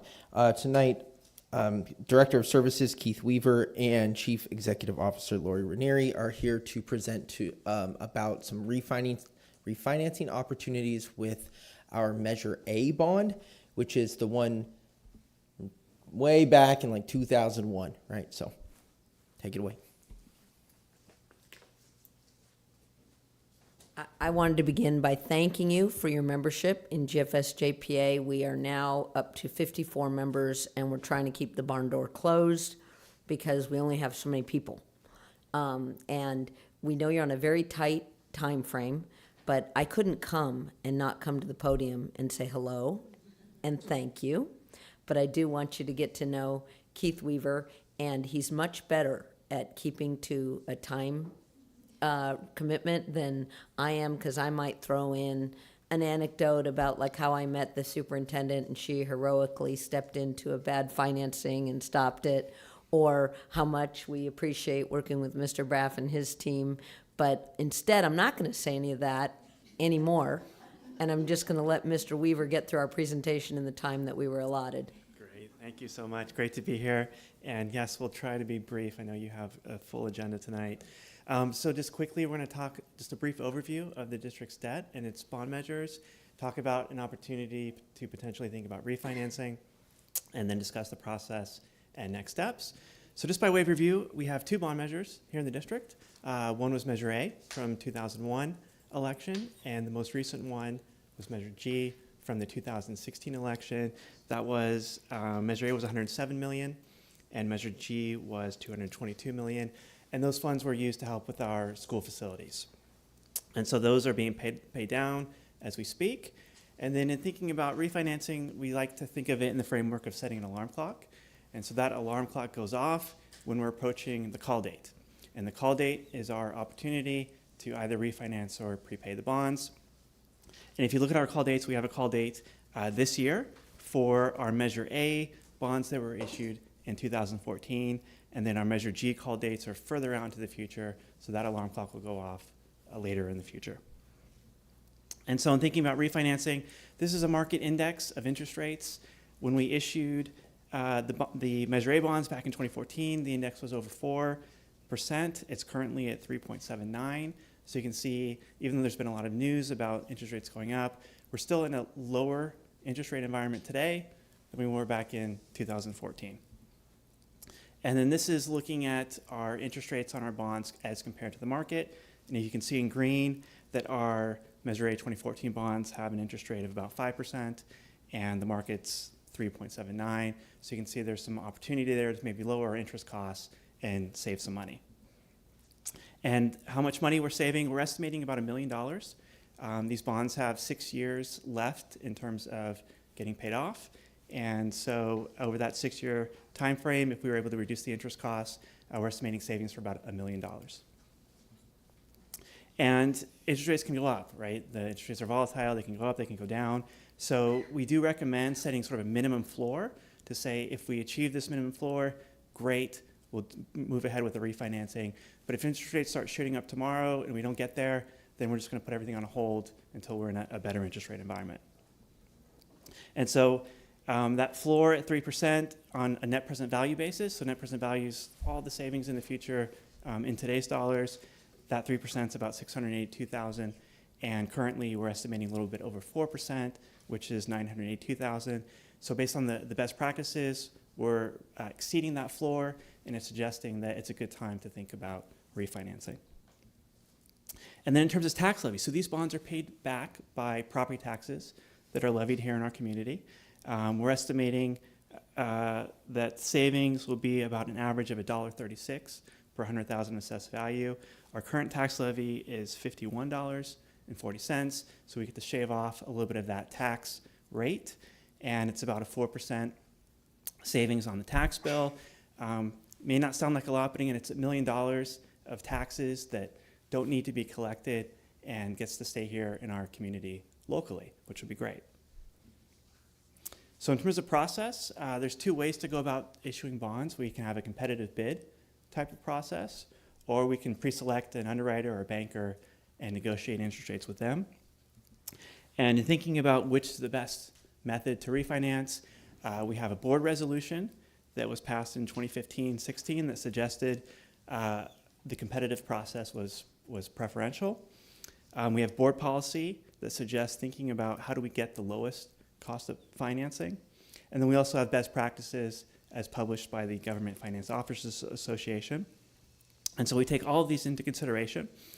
And I do want to point out, when we did our most recent issuance of bonds with Measure G in 2022, we had that competitive bid process. And you can see on this chart, it went fantastic. We had a dozen different banks who put in a competitive bid. The interest rates had a wide range, and the savings between the first and last place bidder was over $250,000. So a lot of savings just achieved by going out to bid and asking for proposals. So given all that, our recommendation is to go with that competitive bid process. Again, it's consistent with our board resolution, our board policy, and with best practices, and we had a lot of success the last time we did it. We're also suggesting that we use the negotiated sale legal statutes, and so you may see those terms in upcoming resolutions, but the reason for that is that it gives us more flexibility to sort of change the timing of when we have the sale based on the market. It gives us an opportunity to maybe correct an error in a bid that we receive, and it also allows us to negotiate with the winning bidder if we can get a better pricing. So with this, we would suggest coming back to you at the May 21st board meeting for your consideration on taking action to approve a resolution authorizing the refinancing. And then with your approval on June 6th, we'd have that competitive bid process and lock in interest rates. And then on June 25th, we'd close the financing. The escrow account would get funded to accomplish the refinancing. And then on August 6th, we'd be back to you to share how the results turned out and how much savings was actually achieved. So thank you, and I want to stop there and ask if there's any questions. Questions from the board? Actually, it's more directed to Josh, if I could.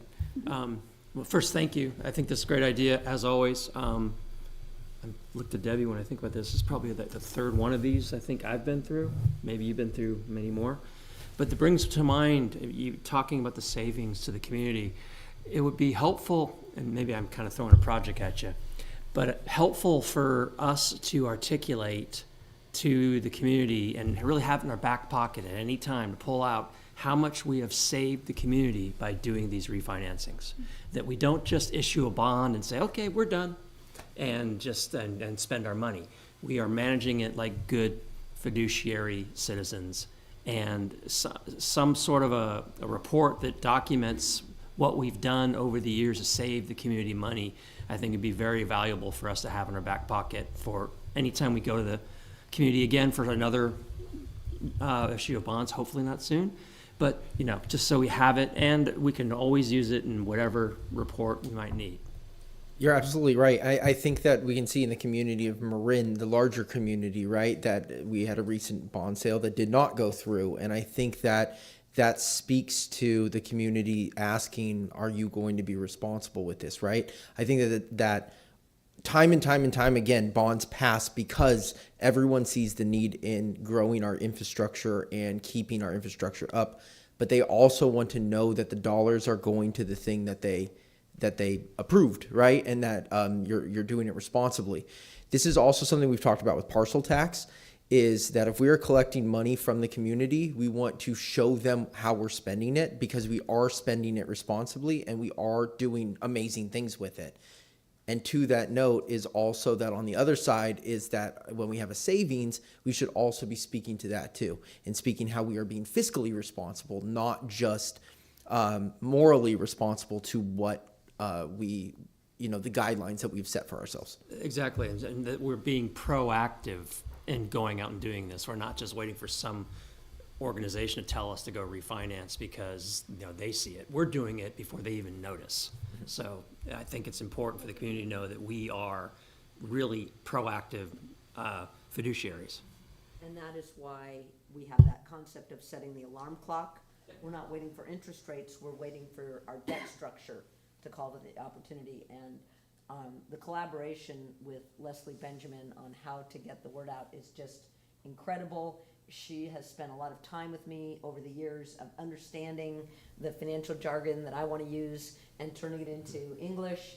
So, and I also want to share with you that because you're a member of a JPA, we have a lot of knowledge sharing, and she has been very kind in participating in a web meeting of our members and sharing her knowledge and ideas about that. So that's a great contributor for the industry, but also we'll work with all together as a team to put something together for you. Trustee Gasson? I always enjoy when you're here, and that was actually really fast, but I got all of it, so I appreciate it, because I looked at it and at first thought it was overwhelming. So I like this. I love the idea that we can potentially save taxpayers' money, and we're still doing the good work with the original amounts. I think my question goes to Josh.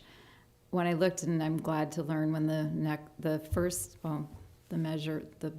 A bond expires, it still feels a little far away in 5 years.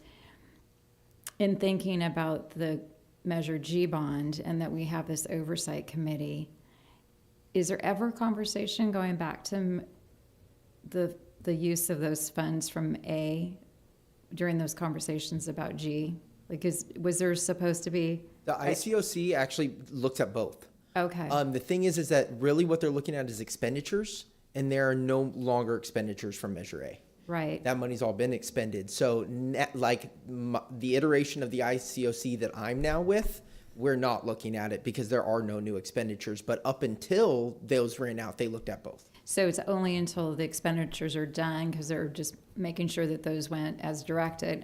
I was trying to pull this into, I know you're looking for a few more people for the Measure G bond oversight, and I was thinking this might fit in.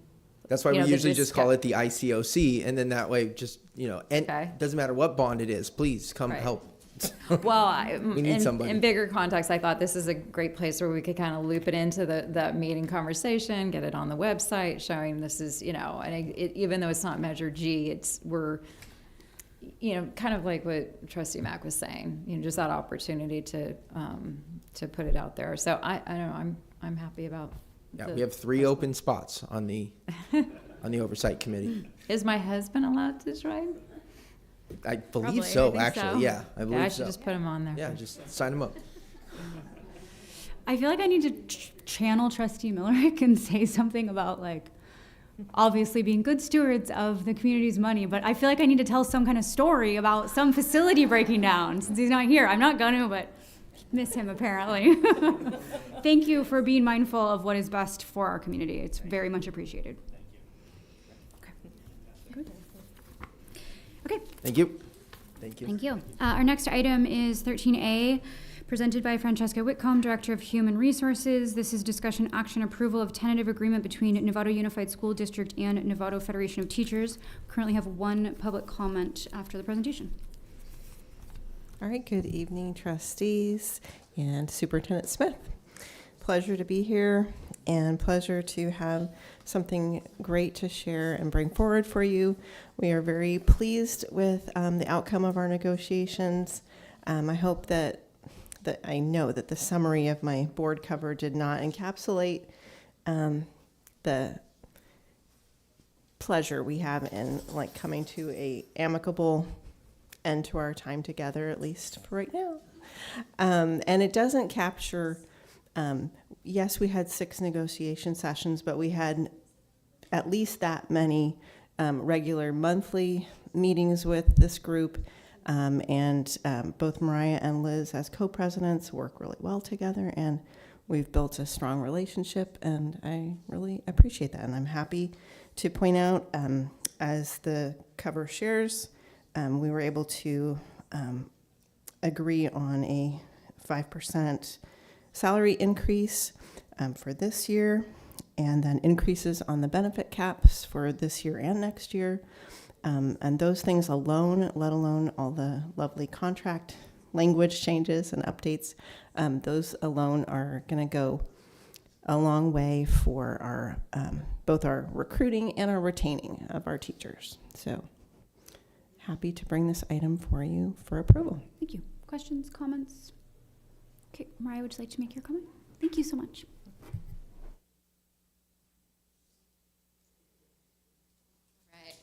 Back again, different hat. So introducing myself again for the people at home as well. I'm Mariah Fisher, co-president of Novato Federation of Teachers. I work at San Jose Middle School. I've been at NUSD for 16 years, 3 kids at Novato. I'm a Hornet all the way. And we just, similar to what Franny was saying, we want to acknowledge all of the hard work that was put into this agreement presented to you for approval today. Since September, a team of educators and a team of administrators have met and discussed the items in this agreement. We have looked at the priorities of the district and the priorities of educators and worked to compromise and collaborate on an agreement that has some great pieces in it that really move us forward as a district. As a district, we are committed to attracting and retaining high-quality educators for the children of Novato. We have a compressed salary schedule, multiple actually. We have doubled the combo stipend and equalized the stipend for our varsity coaches. We have our first benefits increase since 2019, and we have another benefits increase next year. These are all really great steps forward for all parties. And you have said some of these things are your priority as a district, and so it's really great to have the leadership team stand by those priorities, not just hearing them, but actually having work done around them. We love Novato. You're really blessed with this incredible staff that is completely hooked on the community, hooked on the kids, hooked on the schools and each other, and this moves us forward to helping our staff stay here. So we're really happy with this. I wanted to bring some math. Drum roll, Franny, here it comes. Okay, so we had 78% of our members vote, which is the highest ever. So that's 315 votes total. We had 310 yeses, 4 noes, and 1 abstained. So we can place bets on who we think that was. But anyway, just kidding. But we're just really proud, like seeing those numbers coming in and being really committed and proud of this agreement.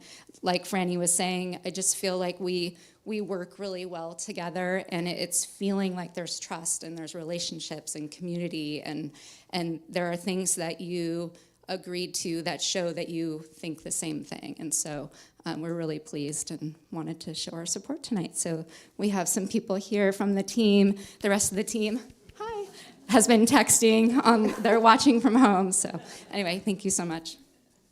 Thank you. Yes? Can I just clarify one other thing? I just wanted to clarify for the audience and for you. This is the tentative agreement, and then at our next meeting, Josh is going to be bringing what's known as the AB 1200 and the salary schedules themselves as like kind of the next step in this process. So. Thank you. Trustee Mack? The first question, do we need a motion then? Yes. Okay, do. It's a tentative, maybe second guess. Okay, but first I'd like to just make the motion to approve. Great. But then I'll just make a quick comment. Having been, I think this is my 9th year, and the last 2 cycles have been so much of a breath of fresh air because we're able to do longer term agreements and doing this every single year, and sometimes and not the most pleasant environment at times.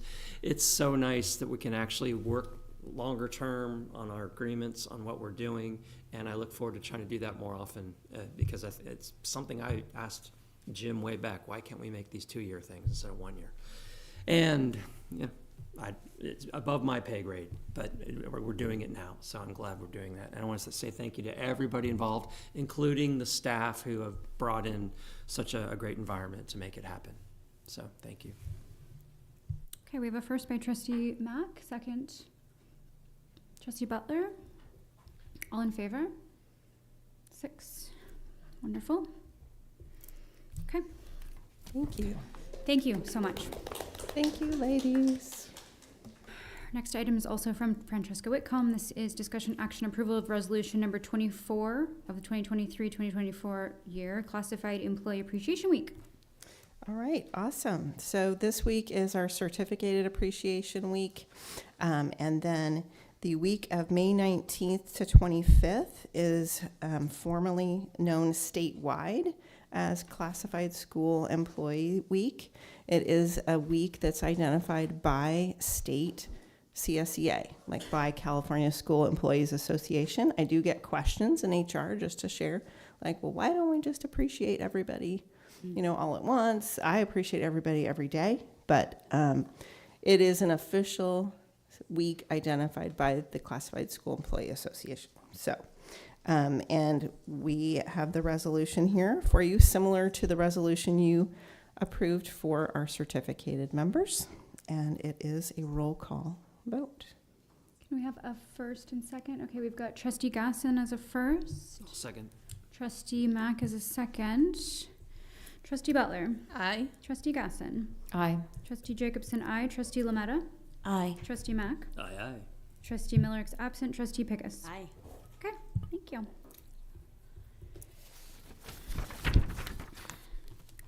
All right. It's the Freddie Show. I do like just standing here for my items. Okay, this is to approve a new job description, Arts Integration Teacher on Special Assignment. This is a first reading. Yes. So this is first reading. With your approval, I would bring it forward at the May 21st meeting on consent. But your review of it this evening will enable us to move forward in the recruitment process, basically with it as a draft until final approval. This is coming about as a result of Prop 28, the Arts and Music in Schools Funding Guarantee and Accountability Act. And it is a way for us to recruit and hire specific teachers on special assignment that can serve in one or more of our schools here. It could be our individual school sites are going to identify with their particular funding what FTE or full-time equivalent in staffing that they would like to try and hire for, and those part-time positions could be combined into a full-time position, for example. And it's very inclusive. It's a very broad spectrum of things that this teacher could be doing in our school settings and it's that way on purpose because each school is individual in how they may want to incorporate the integration of arts into their school. Great. Do we have any questions or, okay, Trustee Gasson? So I had the opportunity to be in the planning session prior, so I know that there's a follow-up meeting more specific to the Prop 28 funds. So I will wait for answers at that meeting because I had questions, but I just wanted to, because my original question was like, what are the plans? Like, how are we going to structure that? So I know that that's coming forward. I'm super excited about that. One of the things I did in preparation for the meeting, and I hope it will evolve in the presentation you're giving, and I've misplaced it, but there was, California Department of Education has a full section with FAQs, and I printed a lot of the ones that I was curious about, and I know I hear in the community, like, you know, we all know that it has to be like a new thing. It can't, you know, pay for something that's already in existence. But it was a really cool Q&A section, and again, I printed out the applicable things for me just so that I understood more about what we can and can't do. And some of them were as recent as this month, identifying what, because I know there's been question even at the state level about the funding use and everything. So it would be great to either have that in the Friday available or just to kind of reference points as we develop and plan for the funds. Awesome. But I'm good if everyone else is good if moving this forward for approval. Is that a first by Trustee first. Gasson? Okay, and a second by Trustee Pickus. Thank you. All in favor? 6, wonderful, none opposed. You're done. Next, item 13D, Dr. Julie Sinyard. This is a review and approval of board policy and administrative regulation update in the 6000 series, 3, first reading. Great, thank you. The first board policy that I'm bringing forward is BP 6141.2, recognition of religious beliefs and customs. This is a new board policy for NUSD to reflect the guidance from the Department of Education regarding constitutionally protected prayer and religious expression in public schools. The policy states that teachers may objectively discuss the influences of various religions, and the policy refers to Appendix F of the California Department of Education's History and Social Science Framework for guidance and support. In addition, the policy clearly states that religious indoctrination is forbidden in public schools. The next policy the next AR, administrative regulation, is 6141.2, recognition of religious beliefs and customs. And this AR outlines the district practice for recognition of religious beliefs and customs in schools. And for example, it'll say, you know, teaching, approach to religion is academic and not devotional. Goal is student awareness of religion and historical and contemporary society. And it states that staff will make every effort to schedule one-time events like exams, field trips, homecoming, to minimize conflicts with major religious holidays of all faiths, such that no one faith is disproportionately affected. And then finally, I'm bringing forward AR 6173.3, education for juvenile court school students. And this AR outlines the process when a student who has, as it's considered a juvenile court student, transfers back to a district school. And the AR outlines the additional requirements regarding the transfer of credits and coursework, exemptions from district established graduation requirements, and the option for students to remain in a 5th year of high school should they choose. Do we have questions or comments?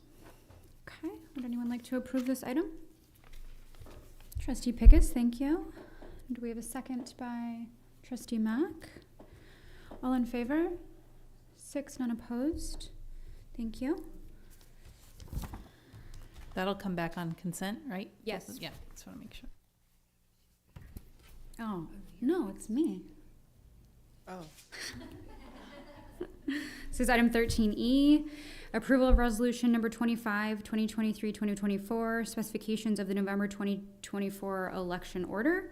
This is to obtain approval for elections to be held in the Novato Unified School District's jurisdiction in the November 24 election.